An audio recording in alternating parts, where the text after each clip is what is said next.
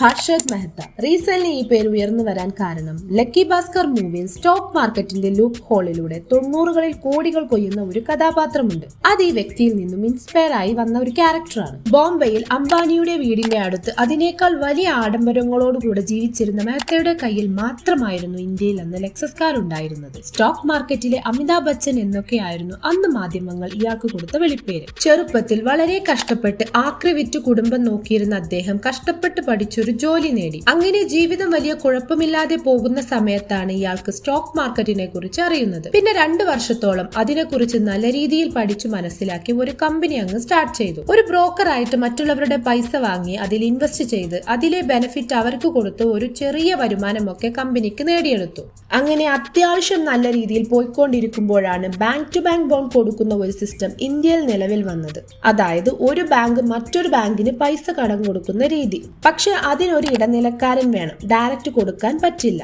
അവിടെയാണ് മെഹ്ത്ത ഇന്ത്യയിൽ എക്കണോമി തന്നെ പൊളിച്ചടുക്കിയ ഒരു കളി കളിച്ചത്. അന്ന് ഇന്നത്തെ പോലെ ട്രാൻസാക്ഷൻ ഒന്നും പെട്ടെന്ന് നടക്കില്ല, കുറച്ച് ടൈം എടുക്കും.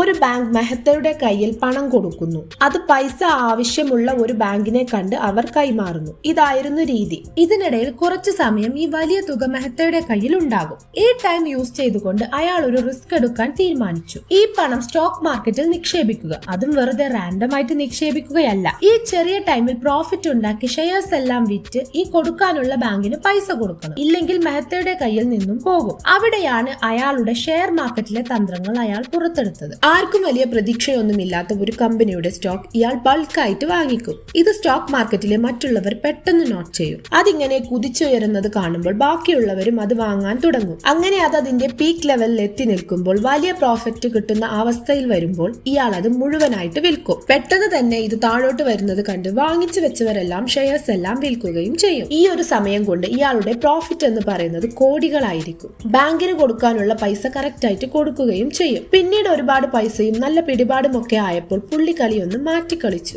2 ബാങ്കുകളെ കയ്യിലാക്കി ഗവൺമെന്റിന്റെ ഫേക്ക് ബോണ്ടുകൾ ഉണ്ടാക്കി മറ്റുള്ള ബാങ്കുകൾക്ക് പണം കൊടുത്തു. കിട്ടുന്ന പണം മൊത്തം ഷെയർ മാർക്കറ്റിൽ ഇൻവെസ്റ്റ് ചെയ്ത് ഇന്ത്യൻ ഗവൺമെന്റിനെ തന്നെ കബളിപ്പിച്ചു. അന്നത്തെ പ്രസിഡന്റ് വരെ ഇയാളുടെ പോക്കറ്റിലായിരുന്നു എന്നാണ് പിന്നീട് പുറത്തു വന്ന ന്യൂസ്. അങ്ങനെ ഇന്ത്യയിലെ ഏറ്റവും വലിയ കോടീശ്വരനായി നിൽക്കുന്ന സമയത്ത് തന്നെ ഒരു മാധ്യമ പ്രവർത്തക ഇയാളുടെ ഈ തട്ടിപ്പ് കണ്ടുപിടിച്ച് പബ്ലിഷ് ചെയ്തു. അന്വേഷണത്തിൽ ഇയാൾ കുറ്റക്കാരനാണെന്ന് തെളിഞ്ഞു. 5 വർഷത്തെ തടവിനും വിധിച്ചു. ഗവൺമെന്റ് ബോണ്ടിൽ നടത്തിയ ഈ തിരിമറി മാറ്റി നിർത്തിയാൽ ഇയാൾ ശരിക്കും ഒരു ജീനിയസ് അല്ലേ? പിന്നെ ഷെയർ മാർക്കറ്റിനെ കുറിച്ച് ഇത്രയും നോളജ് ഉള്ള ഒരാളെ അങ്ങനെ തന്നെ അല്ലേ പറയാ? വീഡിയോ ഇഷ്ടമായെന്ന് വിചാരിക്കുന്നു. ഇതുപോലുള്ള വീഡിയോകൾക്കായി ചാനൽ സബ്സ്ക്രൈബ് ചെയ്യുക. വീണ്ടും അടുത്ത വീഡിയോ ആയിട്ട് കാണാം. It's media signing off.